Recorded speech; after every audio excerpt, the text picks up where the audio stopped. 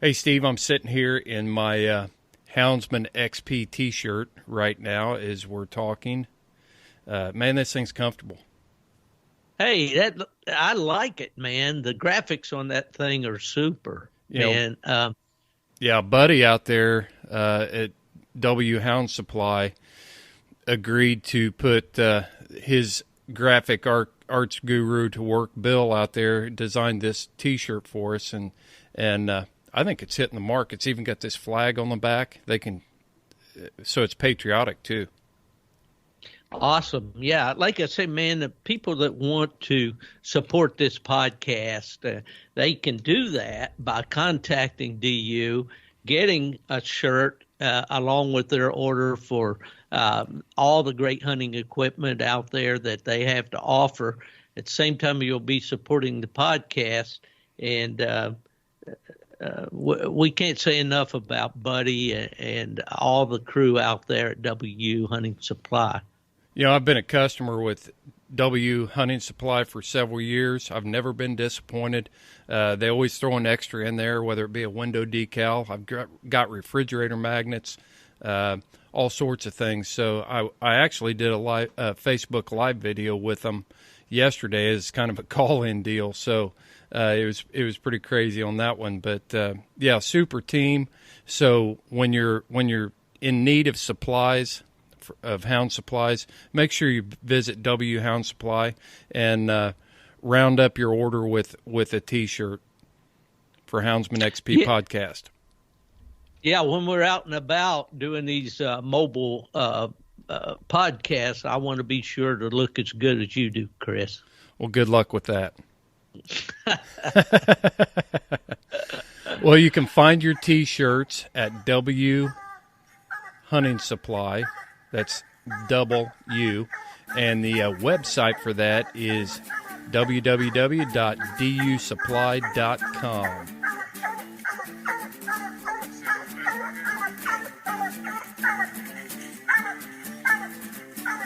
This is a Houndsman XP podcast with your host, Steve Fielder, and me, Chris Powell. If you're ready to up your game to extreme performance, sit back, buckle up, and hang on for another exciting episode of Houndsman XP.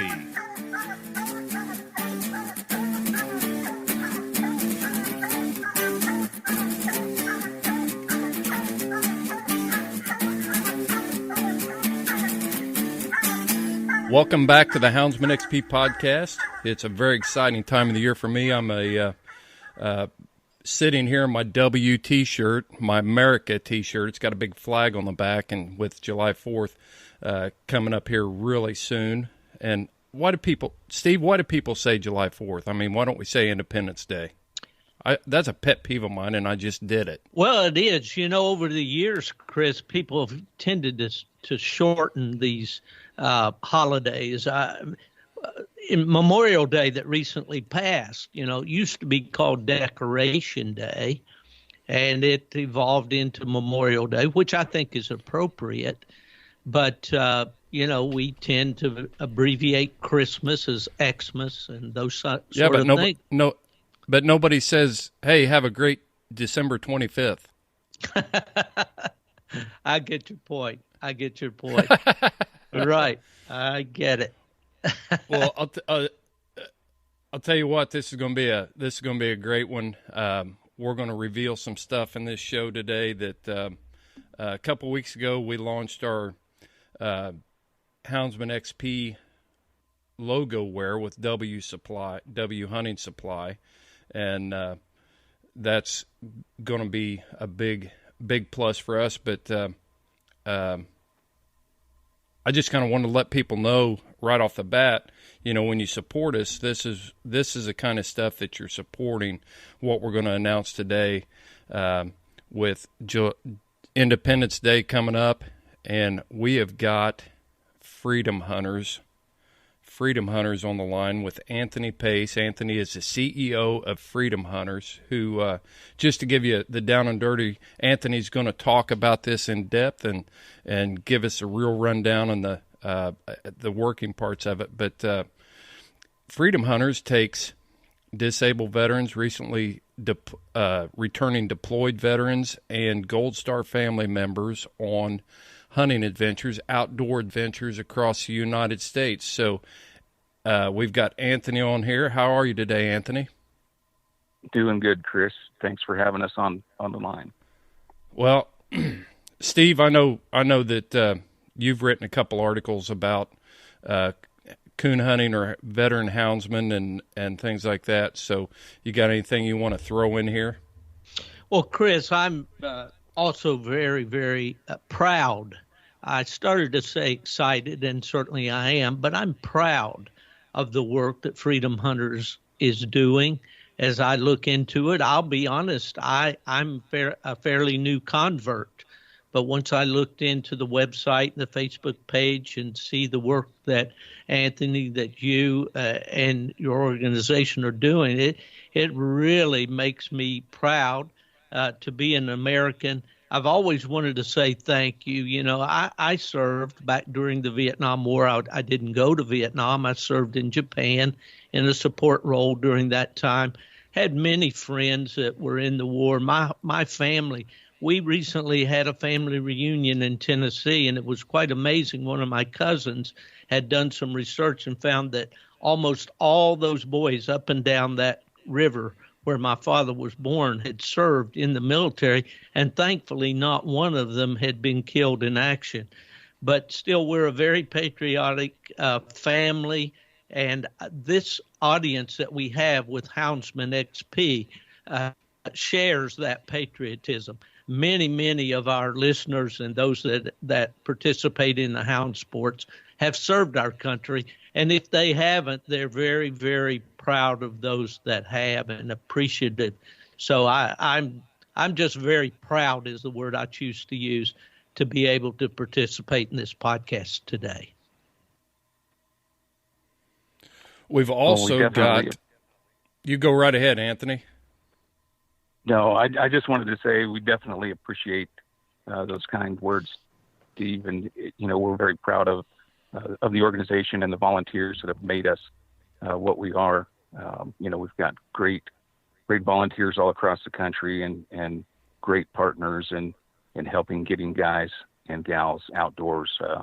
So it's great to partner with you guys and hopefully expand our base and be able to serve more of those heroes that we want to touch. Anthony, do you want to do the honors of introducing our other guests? I think you're the most appropriate person to do that. Sure. We've also got on the line one of our key volunteers, one of the key people in Freedom Hunters as far as expanding our East Coast opportunities, and that's Bud DePlatchett. And Bud has served on the board. He's was the East Coast coordinator for a ton of years, and you know, still currently serves and helps get other veterans outdoors. How are you today, Bud? I'm doing great, guys. Thanks for having me on. It's an honor to be here. Well, as a veteran myself, I can't tell you how impressed I am with Freedom Hunters and the work you guys are doing out there all across the country. And I just think it's pretty awesome that we have a venue where these veterans can come back and have an opportunity to hunt and get plugged back into the civilian side of it if they've discharged or if they've just recently returned from a deployment, you know, have some sort of downtime, leisure time to do some of these things. So it's pretty awesome. Steve, you have a thought?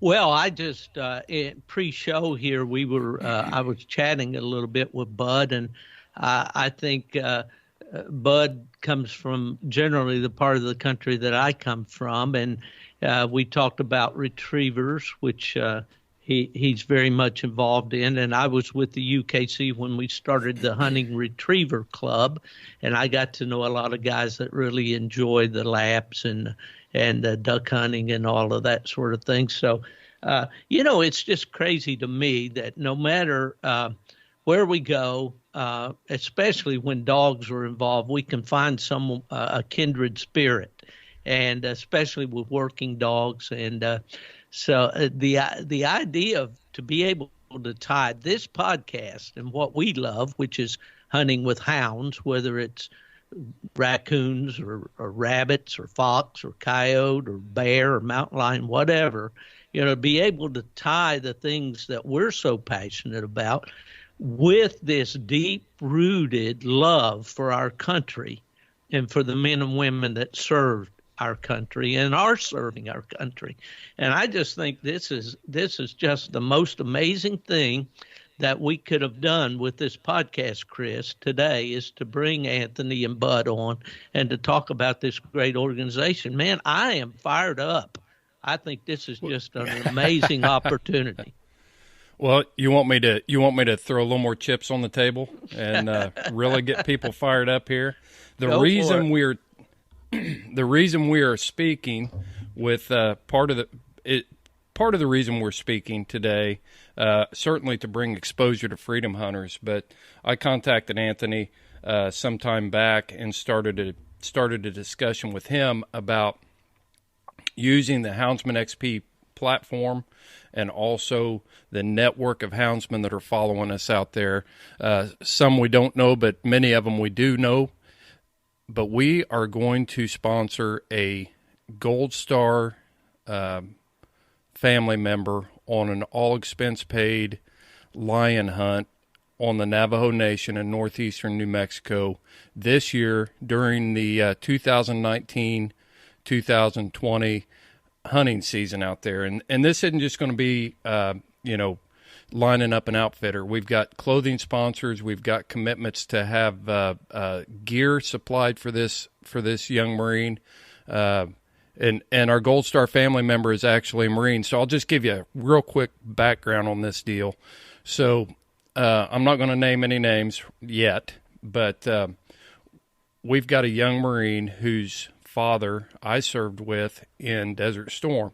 And we went over to Desert Storm. I went ahead and discharged from the Marine Corps, and this Marine stayed in and then did a deployment. And during the deployment, for the second Gulf War, Operation Iraqi Freedom, this Marine was on a convoy and ended up getting hit by an enemy attack, and instead of jumping out of the truck, he manned a .50 caliber machine gun and engaged the enemy and was killed in action during that time. So his son is also a Marine and is serving now. So what a great fit. What a great opportunity for us to sponsor something like this. I lose everybody. No, that's incredible. That's incredible. Thank you so much for doing that. That is it's amazing that not only are you able to honor your fellow Marine, but also honor his son. So that's awesome. Thank you so much for that. Right. Yeah. I am just absolutely. Steve, you're doing something strange on your computer screen here. I'm seeing a bunch of words and an article maybe that popped up here, but I'll get back on track here while you're freaking me out with the techno geek stuff down there. I'm gonna go ahead and explain this a little bit further. So we've got the candidate that Freedom Hunters is helping us get there, and we've also got a commitment to have a full television episode done by Carnivore TV, Gary Roberson from Carnivore TV. Of course, Calvin Redhouse is going to be the outfitter for this, and they are going to do a whole TV episode, not only to give video documentation of the hunt for our veteran hunter, but also give exposure to freedom hunters and the cause behind what you guys are doing. So I appreciate you guys and the work you're doing, Anthony and Bud. Well, Chris and Steve, I mean, we can't say thank you enough. It's been a long passion for Bud and I and the rest of the volunteers, to make this happen and to celebrate the service and the families that have sacrificed so much, and to have you guys jump in and, grab, by the bull, by the horns, and wholeheartedly take part in our mission. I just can't say thank you enough. Well, it's definitely, like Steve said, I feel proud. I feel honored to be able to pay some of this back.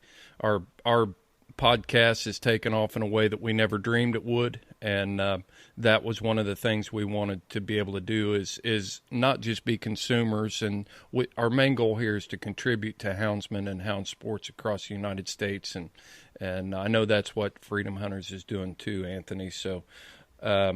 Steve, you got anything you want to add to that before we move on to introduce everybody to the nuts and bolts and the of Freedom Hunters? No, not at all, Chris. I just think we as houndsmen, Bud and Anthony, sometimes are considered to be the I hope I don't offend anybody, but the redheaded stepchildren of the dog world. We're not as well known as maybe some of the sporting dog breeds, not as familiar to some across the country, but there is a vast, vast community of hound people across the United States. When I was with the kennel clubs and worked with one of the major dog food companies, they did a survey and determined that raccoon hunting of a competitive nature was the largest sporting dog activity in the country. So I guess what I'm trying to say here is that we believe that we have a wide scope of influence, that we can bring attention to what Freedom Hunters is doing. And certainly that is our goal, as Chris has said before. We want to shine a big spotlight, and that term will be familiar to guys that hunt at night, on this organization and what it's doing and the amazing work that it is doing, and show that there is an opportunity for everyone out there within the sound of our voices to do something for these great patriots. And I'm really looking forward today to this visit, to learning more about Freedom Hunters and exactly the work that you do. Yeah, so I think at this time we just probably need to shift over there to Anthony and let him lay out Freedom Hunters. I know you guys have been around for a while. You're sponsored by the most recognizable names in the hunting industry. And so tell us a little bit about Freedom Hunters, Anthony, and give us a little backstory. I mean, tell us how this whole thing got started and where you've come from and where you're at today. Sure. Well, we took our first guy out in 2006, and we've kind of built from there. The first few years, we only got 15, 20 guys out. We're now doing anywhere between, around 1,500 guys annually, 300 different events, everything from, simple half-day fishing trips to, backcountry elk hunts. And the nice thing is we've built a network of friends and in the industry, sportsmen around the country that come into us and, say, hey, I've got this opportunity, love to take a veteran out, not sure how to do that, can you help? And we've kind of been the eHarmony, so to speak, of connecting sportsmen, with veterans, and being able to facilitate that around the country. And it's been exciting to see us grow. We've got some great sponsors from Benelli, who's probably our largest sponsor and throws a sporting clay invitational for us every year, to chapters of conservation groups who will auction off items for us at their banquets. It's exciting to see where the support has come from, and the amount of passion and patriotic people out there who are wanting to support the troops. So how many veterans to date are you up to? I think you've got a counter on your website, is that correct? Or something? It is. Like that? Yeah. And the counter is a little bit off. It's something I need to update, but we've gone over 9,000 veterans and family members since we've started. And what year was that you started again? 2006. So in 13 years, you've taken 9,000 veterans on these outdoor adventures. That's pretty amazing. It's exciting. It really is. And there's so much more that we need to be doing. We have an online application for veterans, and then we get contacted by military bases looking to get guys out, as well as past recipients and other veteran organizations who identify guys and say, hey, we need, this guy really needs to get out. And we have such a need. We definitely have more veterans and family members that need to get out than we have opportunities at the time. And we're, building every year, adding new adventures, and, have this lion hunt added to the mix is just amazing. Have you ever done a big game hound hunt like this before? No, nothing like this. I mean, the closest thing that we've done, and Bud could probably get more detailed into that, is we have done some hound hunts for deer out in Virginia. Yeah, Bud, weigh in here, Bud. Yeah, one of the things I want to say, and you mentioned about the hound hunting community, kind of, as you said, not to offend anyone, but sometimes considered the redheaded stepchild of the hunting world. I will tell you, my experience here in Southeast Virginia is the hound hunters are the most patriotic and giving groups of people within the hunting industry. We have here in Southeast Virginia, where I live, hound hunting for deer is a Southern tradition. And I'm a Yankee. I came from the North. And when I first moved down here 15 years ago and I heard they were hunting deer with dogs, I thought, what in the heck is that all about? Where I'm from, that's illegal. You're not allowed to do that.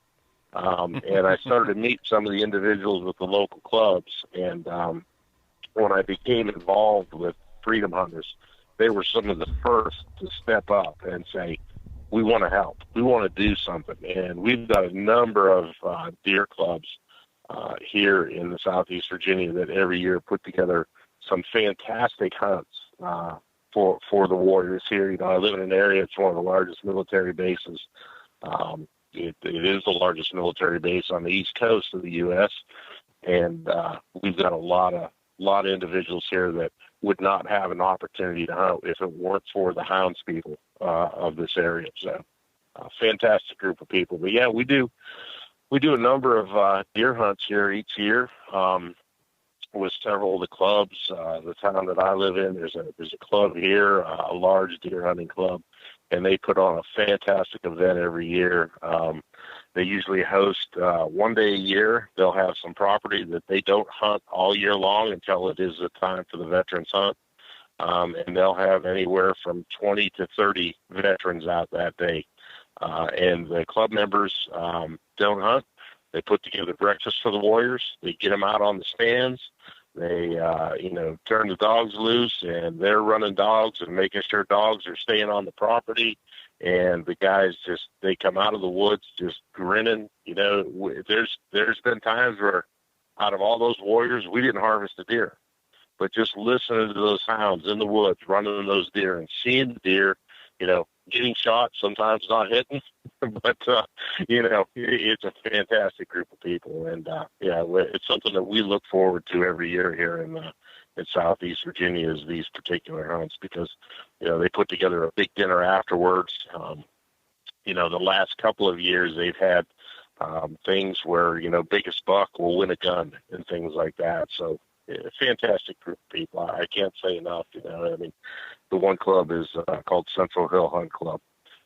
They are now to put together a hunt day and involving other clubs in the area, trying to get all of the clubs at the same time in the area to take some veterans out. So this year they're looking at 40 plus veterans, and they want to see this thing grow. As they told me, they want this to be the largest congregation of Freedom hunters in the nation on a one-day hunt. And it's Houndsman to do it. And just, can't thank that group enough.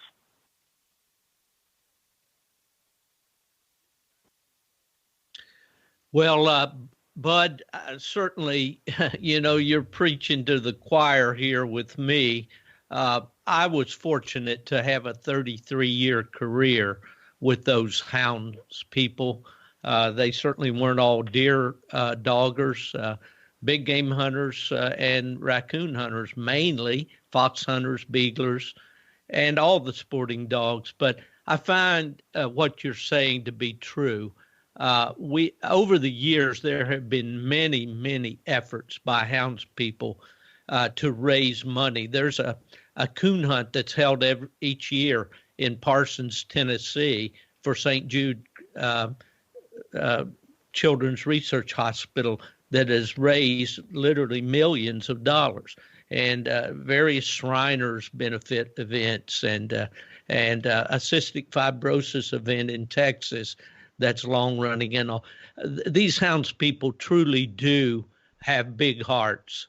They're very passionate about their sport.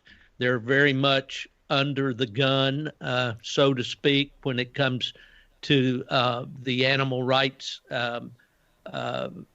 onslaughts or opposition to what they're doing.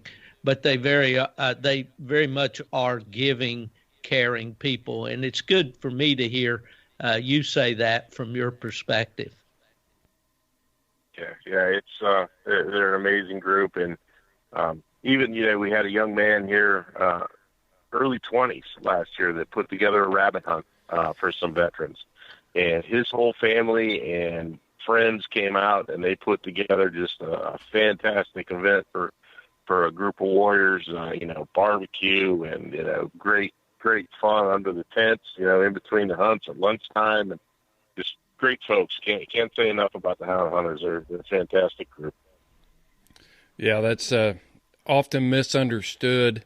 And you said something a second ago there, Bud, about being from the north and having some predisposed ideas about what actually went on. When are we going to stop killing our own when we're hunters? Passing judgment and sitting back and make uninformed judgments about how other groups of hunters are doing things. And I appreciate your objectivity and being willing to get involved there, because what military base are you close to there? I'm near Norfolk, Virginia, so we've got the Navy base here, both the sea and air base. We've got Langley Air Force Base just down the road from me, Fort Eustis.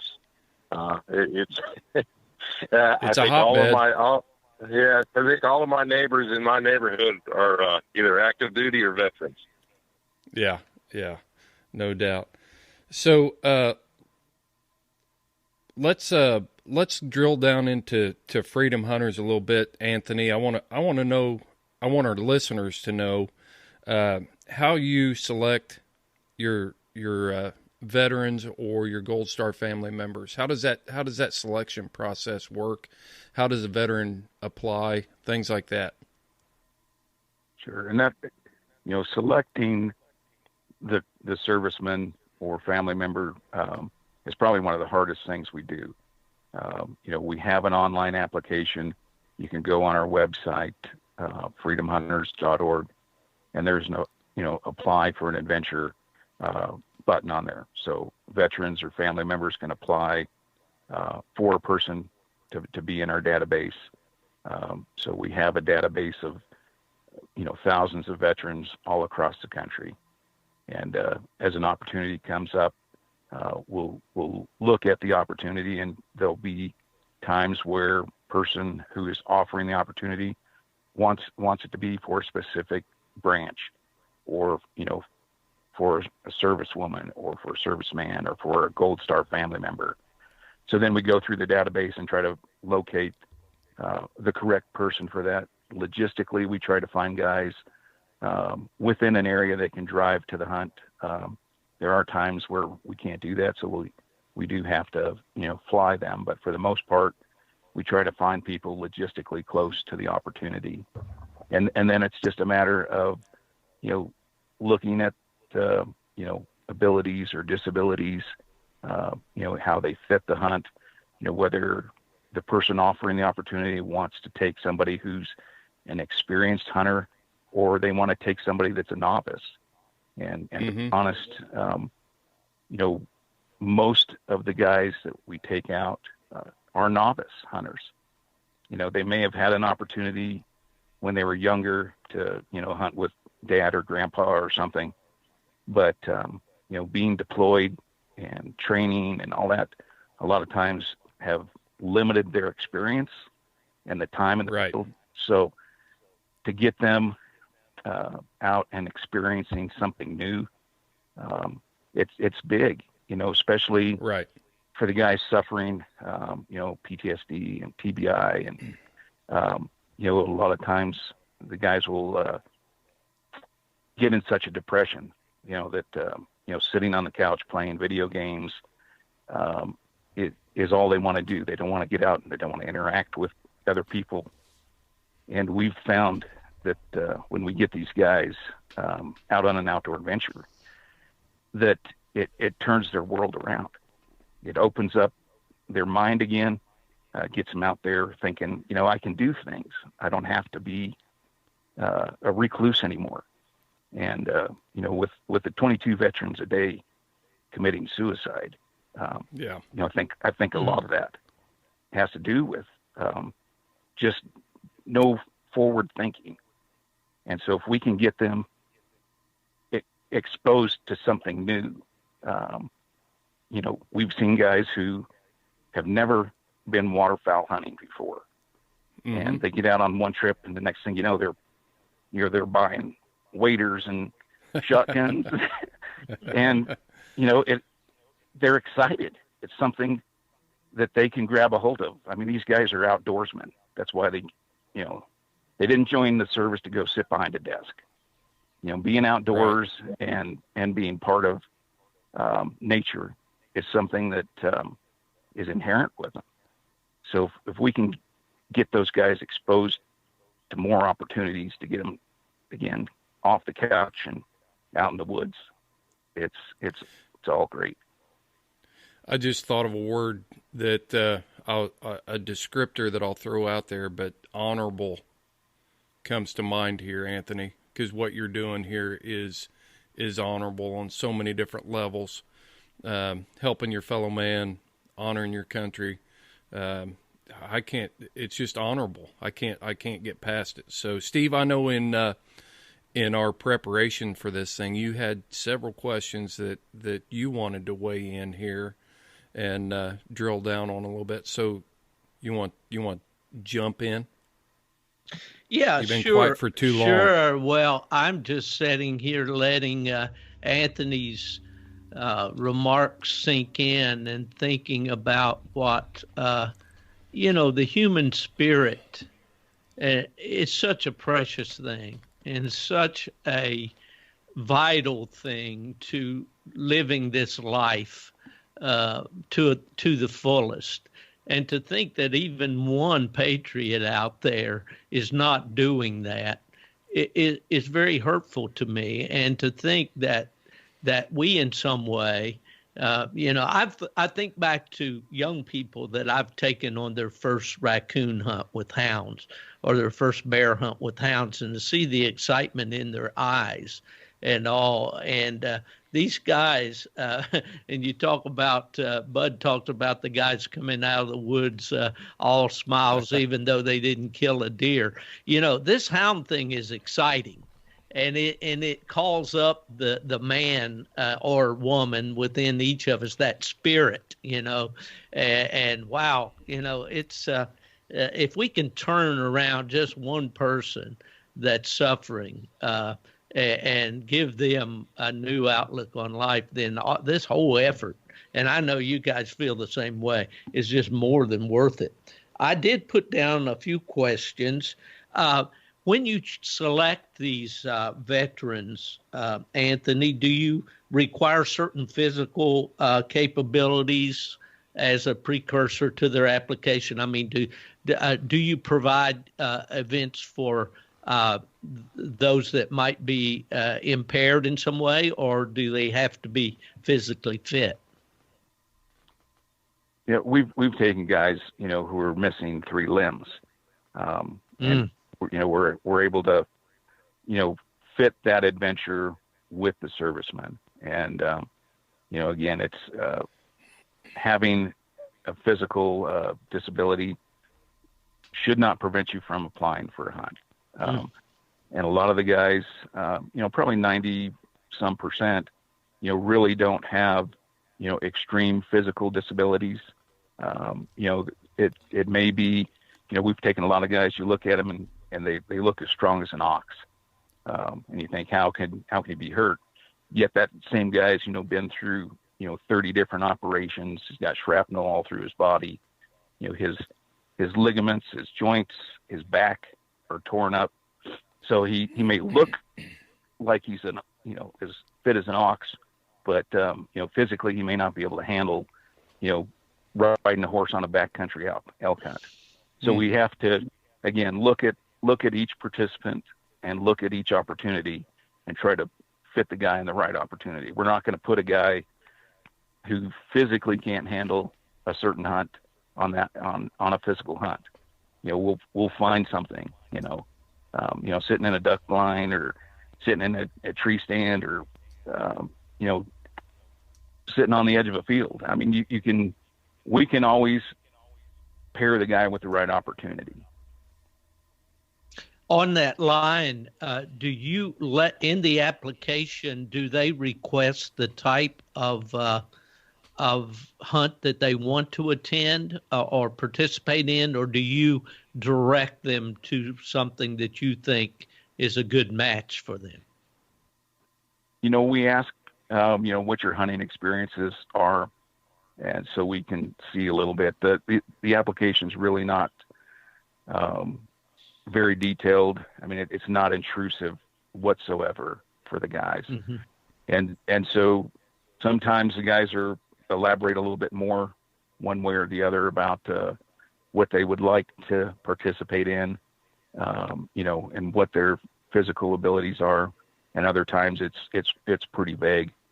So, we get a general idea on what they would like to do or what experiences they have. Well, I have a question for Bud. This podcast, of course, is Houndsman XP, and that covers a lot of different venues. But we do get requests from deer hunters, particularly in the South, for programs that speak to them. Talk a little bit about a deer hunt with hounds, Bud, there, and take us on a little journey, or a hunt, if you will. How does that all come about? Well, when we have a hunt offered to us, and I mentioned the one club's name here that we have. Once again, there's a bunch of clubs here. We've got probably, I think, 4 or 5 different hunt clubs that hunt with hounds that offer opportunities. So basically what they'll do is they'll contact us and say, hey, we would like to get some warriors out. We'd like to help you out. They'll give us the number of warriors that they would like. And then we start contacting warriors from the area that have applied and are in our database. And if it's 5 warriors, we'll get 5 set up. If it's 20, we'll have 20 lined up. Give them the date, the place that we'll meet up with them, get them to the hunt, we'll introduce them, make sure everybody gets out, gets fed, gets out on the stands, has the equipment they need. As Anthony mentioned, we get a lot of novice hunters. We'll have guys that say, I don't have a hunting license and I don't own a gun. They may have a home defense gun. I had a fellow last year that had one of the home defense shotguns, and he asked me, he said, is this a good gun for her hunt deer with? I said, we'll bring a gun for you. So, we'll set them up with any equipment they need. If they aren't a hunter and need to get their hunting license, we'll take care of that for them. We'll get their hunting license. Or what's nice here in the state of Virginia is if we have enough notice on a hunt, the state of Virginia will actually waive the need for hunting licenses and state tags for that day for the warriors. So we can make an application to the Department of Game and Fish here in Virginia and say we have 20 warriors this day at this location hunting deer, and they'll send us a letter waiving the license requirements for those warriors. Wow. So that's a great thing that the state does, and I wish more states would do that. It seems like it varies all across the country. But well, that sounds like something we could incorporate our various hound organizations around the country to get involved with, is getting with their departments of natural resources or their lawmaking bodies and get this kind of a thing enacted nationwide. But drill down into the hunt itself a little bit. Describe one of these hunts that you've been on. Okay. Well, we'll get the guys on the stand. Generally, the hunt clubs themselves will do whatever needs to be done, whether it be, get four-wheelers or ATVs for those warriors that have mobility issues out to their stands.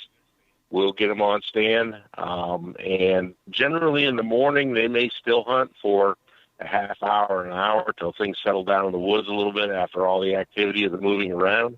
And then these blocks of woods are very large. These may be 600-700 acre blocks of woods or more. And they'll take the dogs to various locations, and it could be anywhere from 10 to 50 dogs. And various locations around that block of woods.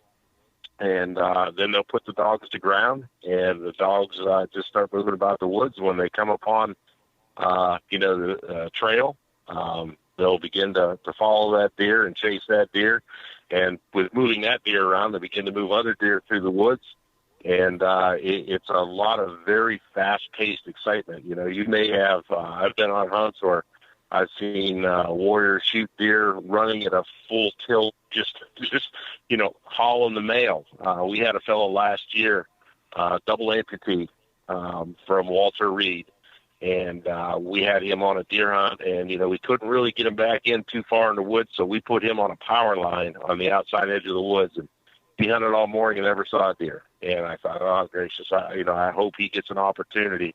And right after lunch, got back in the woods. We put the dogs to ground, and lo and behold, this buck came down, running right down that power line. And here we have to hunt with shotguns on these hunts. So we're hunting with shotguns with buckshot, and I don't know how he did it. He must have been a heck of a marksman in the military, because this deer was on a flat-out run at about 90 yards, and he killed this thing stone dead in mid-leap with one shot. And this guy, he come out of the woods that day with that deer, and you'd have thought that he just hit the Powerball. The grin on his face was amazing, and he was hooked. His first comment to me is, when are we going to do this again?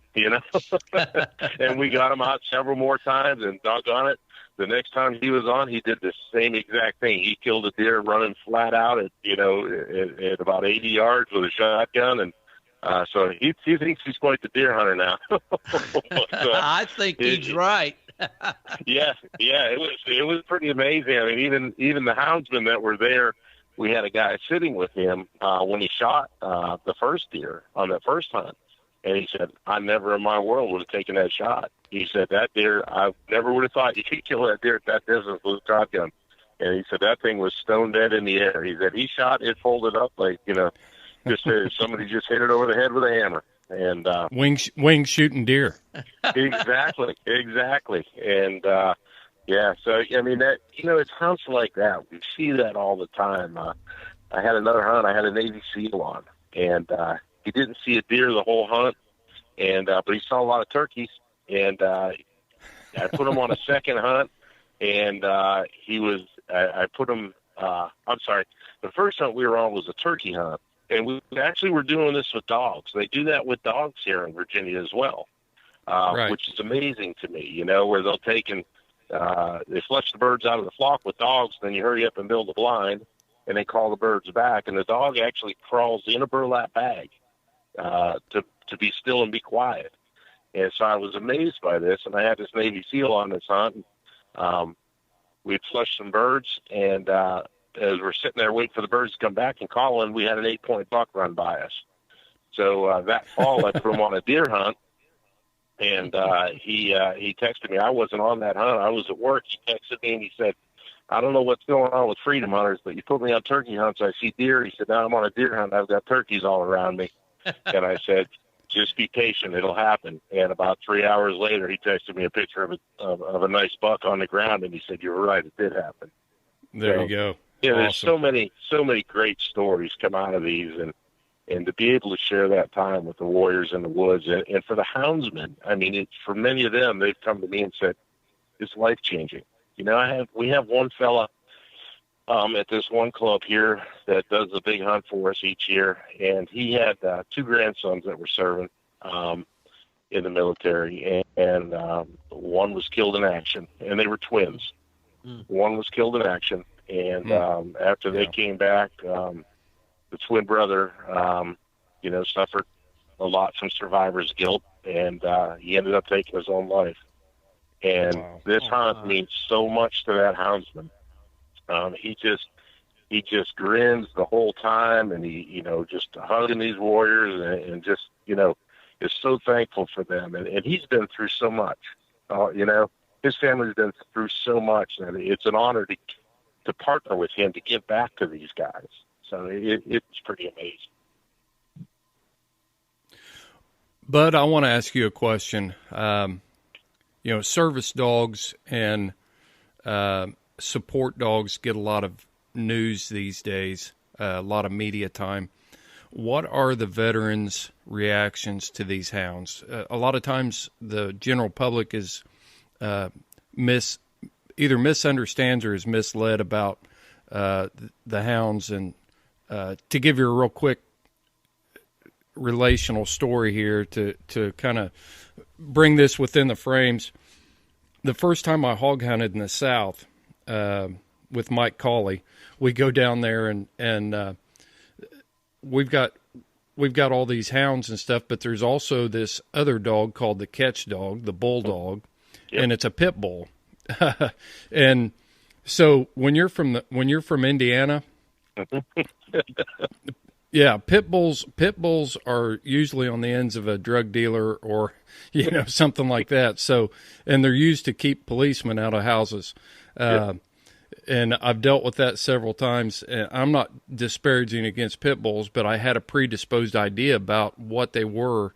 And as we progressed in this hunt, I saw that these dogs were simply hunting dogs, and I'm walking past the front of a four-wheeler, and they had a platform rigged up there, and one of these bulldogs was on the front platform.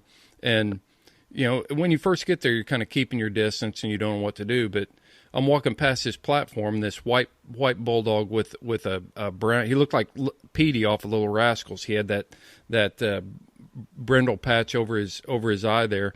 As I'm walking by, he kind of tilts his head and puts his paw out, you know, trying to get my attention because all he wanted was petted. So we have these predisposed ideas about certain types of dogs, and a lot of time houndsmen are painted as people that don't care about their hounds and things like that. But what are the veterans' reactions to these dogs?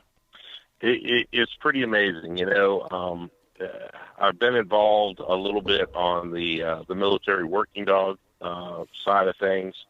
I've seen what it means to the warriors to have a dog with them in combat operations, and that having a dog in theater, not only as a working partner, but for those warriors who aren't the working partner, to have that dog there gives them a sense of comfort and well-being. And when you get them out on these hunts with these hounds, you see that same thing happen. They gravitate towards the dogs. You know, I've had warriors send me pictures on hunts where a hound would come by and they'd be sitting on a stand and they'd have the dog there with them, and they're sending me selfies of them with the dog, saying, I've got a best buddy here on the hunt, and they gravitate to the dogs because it's just natural for us as human beings, at least most of us, to want that giving spirit of that animal to be with us. I mean, dogs give us everything, and all we give them is a place to live and food, and hopefully we give them some love. But dogs give us 100 times more than what we give them. And these warriors, it's just a comforting thing for them. And well, you know the old joke. If you want to know who loves you more, your wife or your dog, lock them both in the trunk for a half an hour and see which one's happy to see you when you open it up. So. That's right. Yeah. Hey, yep. guys, I was a canine. Oh, go ahead. I was a canine handler for 7 years with state of Indiana in my job, and I can certainly speak to that bond you develop. They just become a partner. There's a lot of, everything about that dog, and that dog knows everything about you. It's so amazing how much is picked up on by these dogs just by being around you all the time, knowing your actions, knowing when you're agitated. It's just amazing. And it's definitely something that when you're living with a dog every day, nonstop, man, they just become a partner. And that's why you see so many stories about these veterans that come back that had this situation with them, with a relationship with this dog, and it's a pretty amazing story. Yeah, Steve, go ahead. A couple little things. When I was with the AKC, I saw a film that was made about war dogs that was very, very moving and informative. And just recently, yesterday, in fact, Ella and I went to a matinee and saw the movie that's out now, A Dog's Journey. And I'd never really thought about. I don't think I'm much of a believer in reincarnation, but that story is of how this dog goes through several lives and interacts with the family. And it really was. I mean, I was all weepy-eyed when I walked out of the theater, but I think there's just that natural connection between the human spirit, as I said before, and the canine. I've got an old plot hound out here in another room that's 10 and a half years old. He's been with me since he was 3. He's been a member of this family since he was 3 months. There's just a bond there that's hard to describe. But I think it's therapy dogs, hospitals, whatever, we know that we are encouraged and feel better about ourselves when we're around the dogs. And anyway, that's all I've got on that. Yeah. Have you seen any, Bud, have you seen any bond? And I want to get this question in quick and move on, but have you seen that bond between the houndsmen and their hounds? Yes, and that was a comment I was going to make. That houndsmen a lot of times get a bad rap because maybe they have a kennel with 10 hounds or 15 hounds, and obviously there's a lot of maintenance and upkeep, and these people have jobs too, and so a lot of times, at least here in Virginia, the houndsmen are under a lot of pressure, from the antis. I mean, here where I live, very strong Southern hunting heritage and hound hunting heritage. Well, this is also the home base for PETA, and so there is a lot of pressure put on them, and the bond between the houndsmen and their dogs. You watch them. Maybe you're on a hunt and you're preparing, and you see these guys getting their dogs out, getting them ready, and they're loving on those dogs, and it's a family member. Yeah, that dog may live outside in a kennel, but it is a family member for them, and they care for those dogs, and it's what a huge commitment to have 10 or 15 dogs, that you feed and good Lord, the vet bills, to care for these dogs year round, to maybe have a month to hunt them. I mean, that is a commitment, and that commitment only comes through that bond and that love for that dog. Yeah.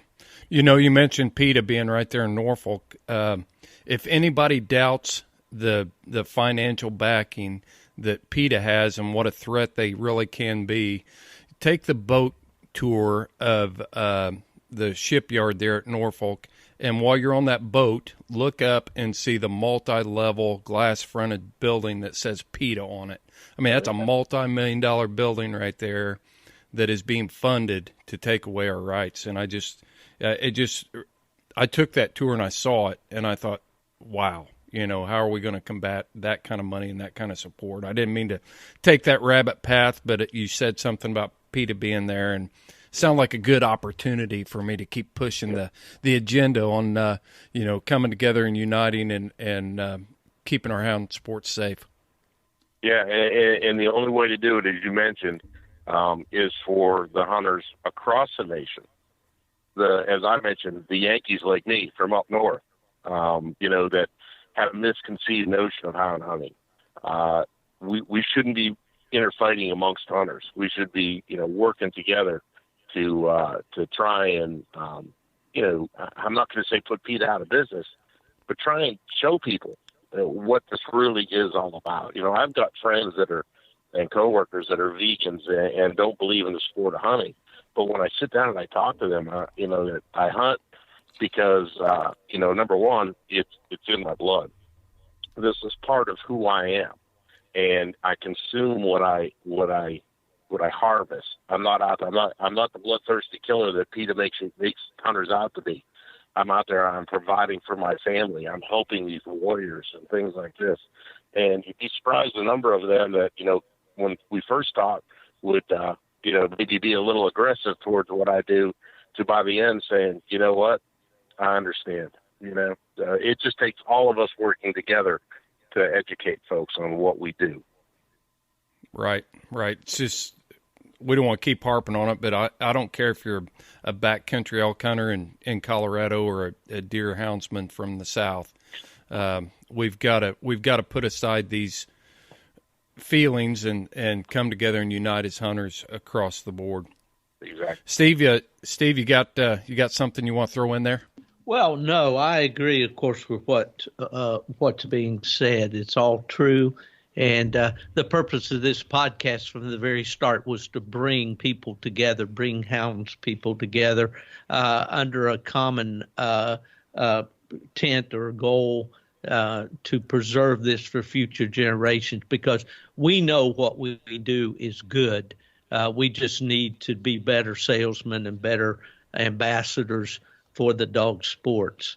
I'm still interested in maybe Anthony recalls a special hunt that he attended or whatever. Maybe it was with dogs or maybe it wasn't. That was particularly interesting for our listeners. I've got a few follow-ups to that too, but go ahead, Anthony. I'm curious about this part. Each hunt is special, and you walk away, with a new friendship with the warriors. I think the first hunts that you end up going on are probably the most memorable. I ended up taking a guy who was in Walter Reed. He had been there for, I think at that time, 3 years, and ended up being in Reed for another year and a half. And, country boy from Kentucky, being out in the woods was, what he loved to do, and cooped up in, the Washington, D.C., Baltimore area, was killing him. And so we came to know about him through a mutual friend. So I ended up taking Todd on a crazy adventure. I got him off the plane. We flew into southern Florida, got him off the plane. An hour and a half off the plane, we were on the airboats chasing the hogs in the Okeechobee. And so he got his first hog that night. The next morning we woke up and went turkey hunting. That afternoon we were, fishing out on one of the inlets. The next morning we went turkey hunting again. Then that afternoon they went deep sea fishing. Then we went over to an alligator farm, and he was able to, watch guys hunt alligators and wrestle an alligator. So it's, to see this guy who had been struggling and basically melting away at a military hospital, to see him light up, and he never stopped smiling. And, still to today, he's a friend. He's actually right now at Rock Castle Shooting Center, helping 4 vets at a shooting event. And that's I think the fun part about what we do is a lot of the guys that we get out on adventures end up turning around and coming back as volunteers and helping, push the message forward and, give back to their brothers and sisters. So my follow-up to that, Anthony, obviously this is a lot of fun. We're providing a sport and an entertainment outlet for these veterans, but what is the emotional attachment to this thing? I'm looking at this and I'm thinking, what kind of emotional impact does it have to the people, your volunteers? Let's talk about them. Let's talk about what kind of emotional investment they make to do this and what impact those veterans have on the volunteers as well. It's huge. And, today's world is busy. Everybody's running, a million miles a minute.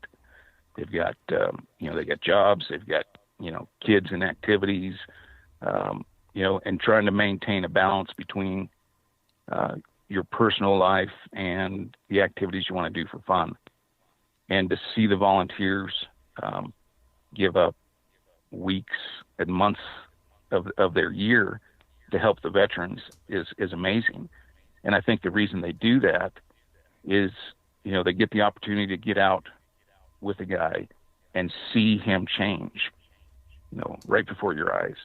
They may come to the event and they're quiet, they're sitting in the corner, not interacting.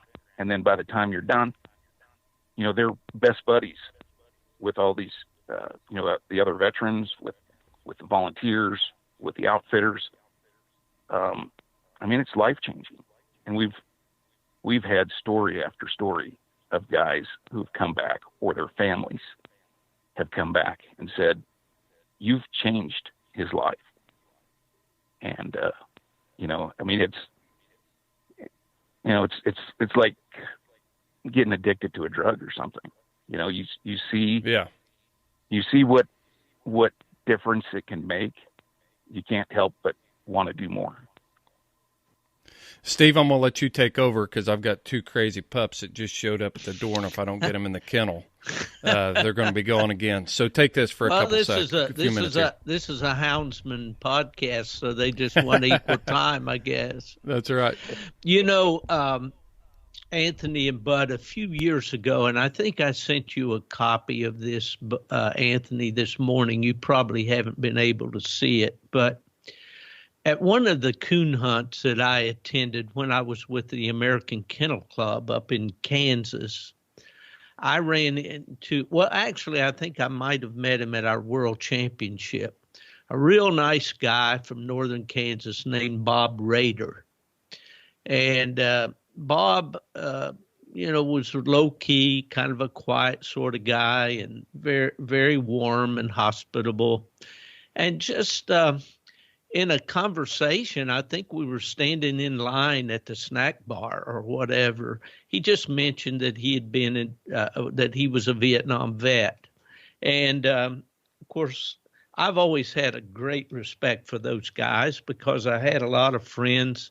I was graduated college in 1969 and was drafted and chose to enlist in the Air Force. But a lot of my buddies went to Vietnam, and some of them didn't come back. And pardon me if I get emotional here. I don't mean to. But at any rate, Bob and I started talking, and I found out that he was a much decorated warrior. He had gotten, I think, 2 silver stars. Let's see, he had 2 silver stars, 2 bronze stars, and a Purple Heart, and several other citations for valor. And I asked him, and he was very humble, and I asked him, could I do a story about him? And I did this story. It was called Coon Hunting Patriots. And I found out, here was a guy that was severely, severely shot up in Vietnam. When they got him back off the chopper, they told that one of the comments was, we're going to have to be careful with this guy because, if we pick him up, he'll come apart. And he made the statement, he remembered telling to them, pull me by my hair, because if I come apart there, I won't know it. But the long story short is that he did survive. And then the amazing thing was, here at age 61, which now I think that's about 7 years ago, he and his wife wanted to pay back. And they belong to a thing called American Legion Riders, a group of motorcycle veterans that collect money all year to pay for college for children of veterans that were killed after 9/11. And the other thing is they put on a pheasant hunt each year up there in Kansas. So, when I heard about Freedom Hunters, right away I thought about Bob Rader, and I thought about his amazing story. And there's so many more stories like Bob's out there that we probably never hear. And I think the fact that you're searching out these people, or at least accommodating these people and doing something so amazing for them, is just way over the top for me. And I guess what I'd like to ask you, Anthony, is how well is Freedom Hunters doing in terms of fundraising to continue this, and what can we do to help with that effort? We've never been a cash-rich organization. In kind has been what has helped us probably the most. But there are expenses, hunting licenses, food, travel. So it does. There are costs that we need help covering. We've had great partners, like Benelli. Last year they raised $85,000 for us at the Invitational. But in reality, we need more support, from industry partners, from individuals.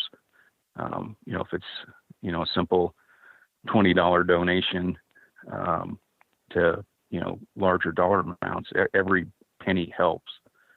And, again, the more money we've got in the coffers, the more we can accommodate different opportunities. Luckily we had money in the coffers, and had an outfitter from Alberta, call and say, hey, I've got a wolf hunt. Can you get a guy up here in a week and a half? So, wow. So it was, and it ended up where the outfitter had such a great time that, the one guy was up there wolf hunting, said, I've got another opening in two weeks. Can you get 2 guys up here? And then he offered a third hunt for one more guy. So, to have the money in the coffers to be able to pull the trigger on something, a lifetime hunt like that is important. We do the best we can in working with, hotels or whatever to get discounts or donated rooms and whatever we can, not to have to spend money on these outings. But bottom line is, without having something in the bank, we could never take advantage of opportunities that come up all over the country and internationally. Well, what's the best way that our listeners can get involved in helping you? Because I'm sure once they listen to this podcast, there's going to be a lot of people out there that want to get involved with the great work that you're doing. What's the best way for them to do that, Anthony? You can always reach out to us through our website, info@freedomhunters.org. You can send us an email. We've got a donation button on the page. You can reach out to us there, or through social media. We're always interested in hearing opportunities of patriots around the country, and seeing what new adventure we can put together for our veterans. Well, if I'm a guy out here and I'm thinking, well, I'd love to take some veterans on a hunt. What's the process of do you have an application for people who want to put on a hunt for veterans? We don't.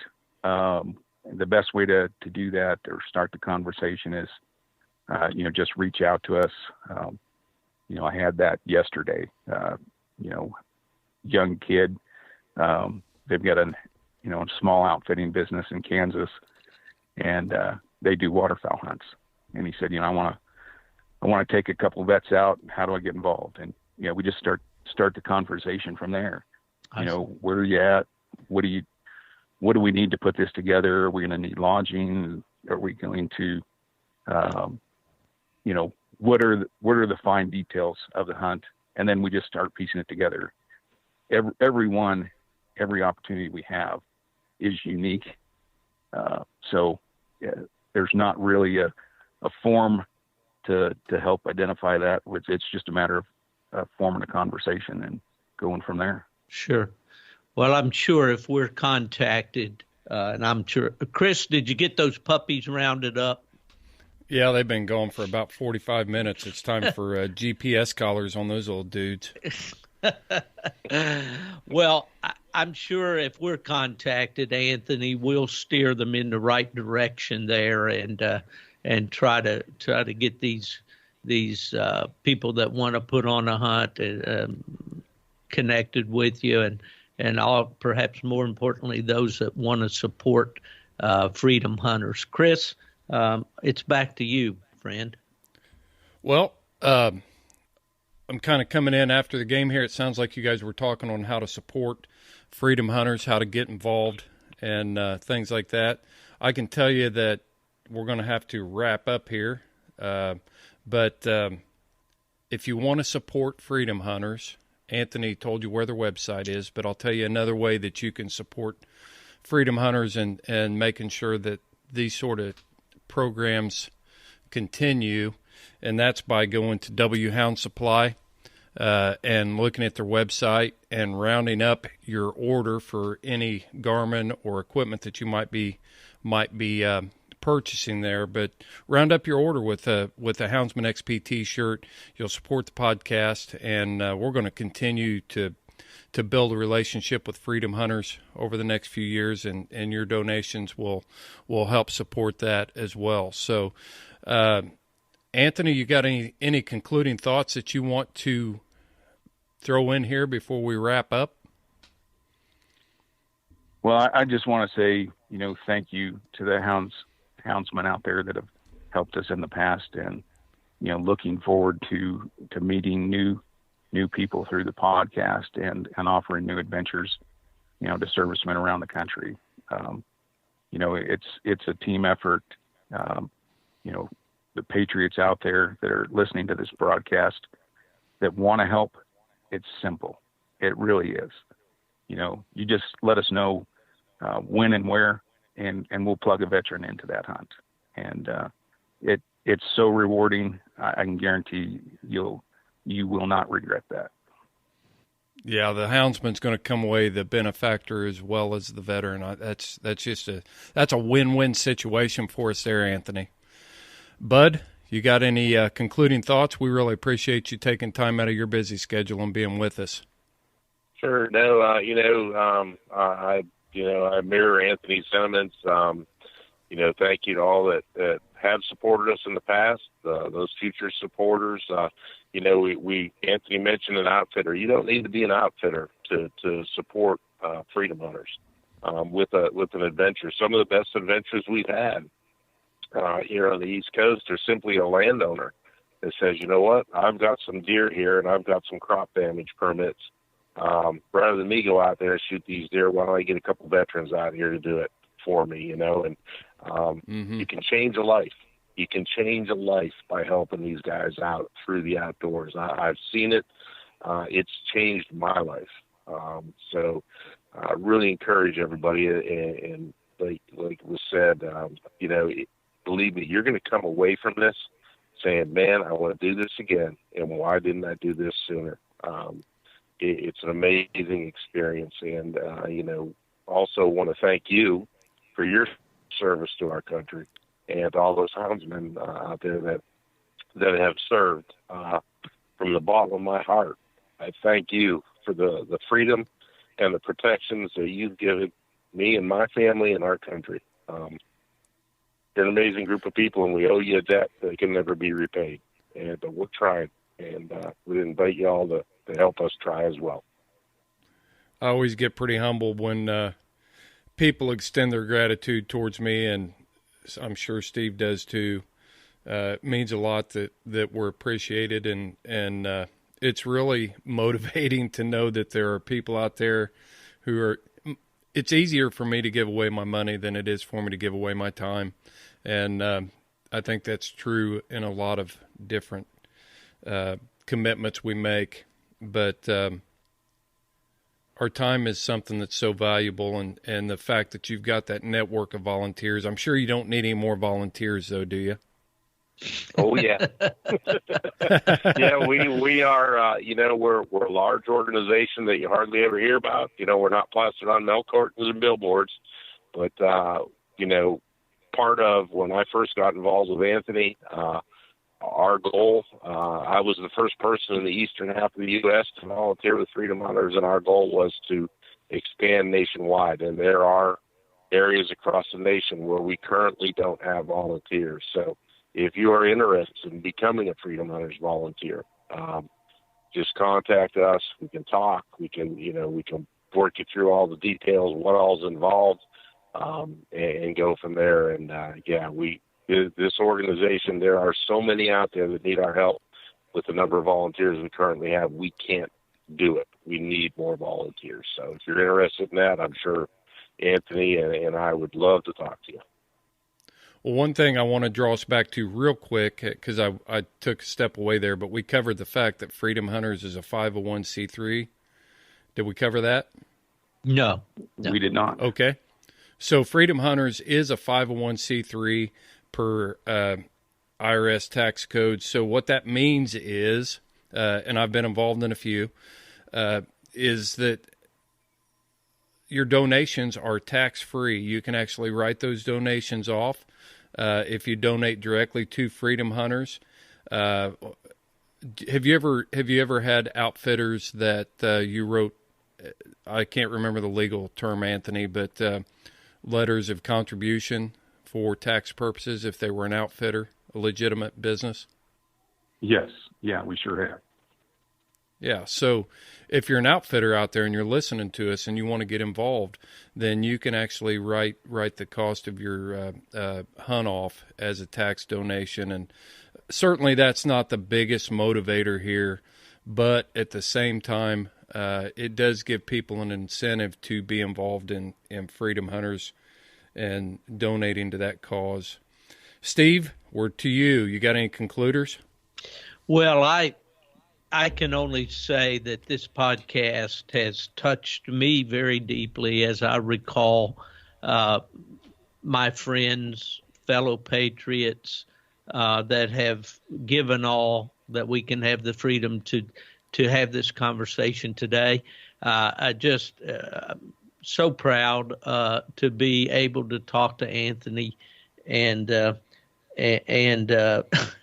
I just Bud, thank you. That's that age thing kicking in right there. That's it. we have a joke here amongst us that I'm standing in the checkout line, guys. I'm 70. He's way back in I'm the line. 72. And the old memory goes and comes sometimes, but no, seriously, it's been a great visit. I'm just happy that we can spread the word about Freedom Hunters, and I hope that you get a lot of contacts from the people out there in the hound community. Thank you for the nice things you had to say about Houndsman Bud, and I'm sure that will be appreciated, and we hope to get some more programs talking about those people that love to chase deer with hounds. And I live in Florida, and it's a big sport down here as well. So, but that's all I have for the day. Chris, it's up to you, brother. Well, you know what? I'm just sitting here and I'm thinking about the other day I made a post on social media. As I was walking through a hospital, I saw a World War II hat perched on an elderly gentleman's head, and he was walking with a walker. He looked extremely frail, and when I walked up to him and talked to him and thanked him for my freedom, that generation of people is disappearing from the landscape very quickly. And we can't afford to not take time to thank them. When I walked away from there, I have no idea how old he was. He was probably late 80s, early 90s. But when I spoke to him, it was like I was talking to a giant of a man. It sparked that spirit within him, that warrior spirit that lays deep within those veterans. And we've got several veterans in subsequent conflicts and wars that still need our support, and there's a never-ending supply of ways that we can get involved. And I really do appreciate Freedom Hunters. I'm looking forward to being involved with Freedom Hunters in the future, and trying to figure out more ways to get involved. And so, Steve, that's all I've got. Enough rambling from me, and you always close us out, so hit it. Hey, Chris, if I can add one thing, this is Bud. Do it, Bud. And I'm sorry, but I could talk all day about Freedom Hunters, but one point that I want to make is Freedom Hunters, we're providing adventures for all generations of warriors. We've had World War II vets out, so if we've got listeners out there that are some of the organizations are only post 9/11. That's not Freedom Hunters. If you've served, no matter what conflict, no matter what time period, we're here for you. So I wanted to just bring that out so that people didn't have the misconception that, it was just for these younger warriors. Like I say, I've had World War II veterans out. We had a hunt that was guided by a World War II veteran, 93 years old, and I had trouble keeping up with this man. So, yeah. Awesome. Yeah. So would you also take Gold Star family members from, say, World War II, Korean War conflict? Are they eligible? Yes, sir. That's awesome. Steve? Well, Chris, it's been a great podcast for sure, one that I'll never forget. There's a fellow over in West Virginia, a bear hunter that's one of the hardest hunters that I ever knew, and he gave me the closing line that I've used on several of these podcasts one day when we were trying to start a bear track, and the other fellow's dogs were wanting to take it one way and his was going the other, and he said this, and I'll say it to you, Chris: you follow your hound and I'll follow mine.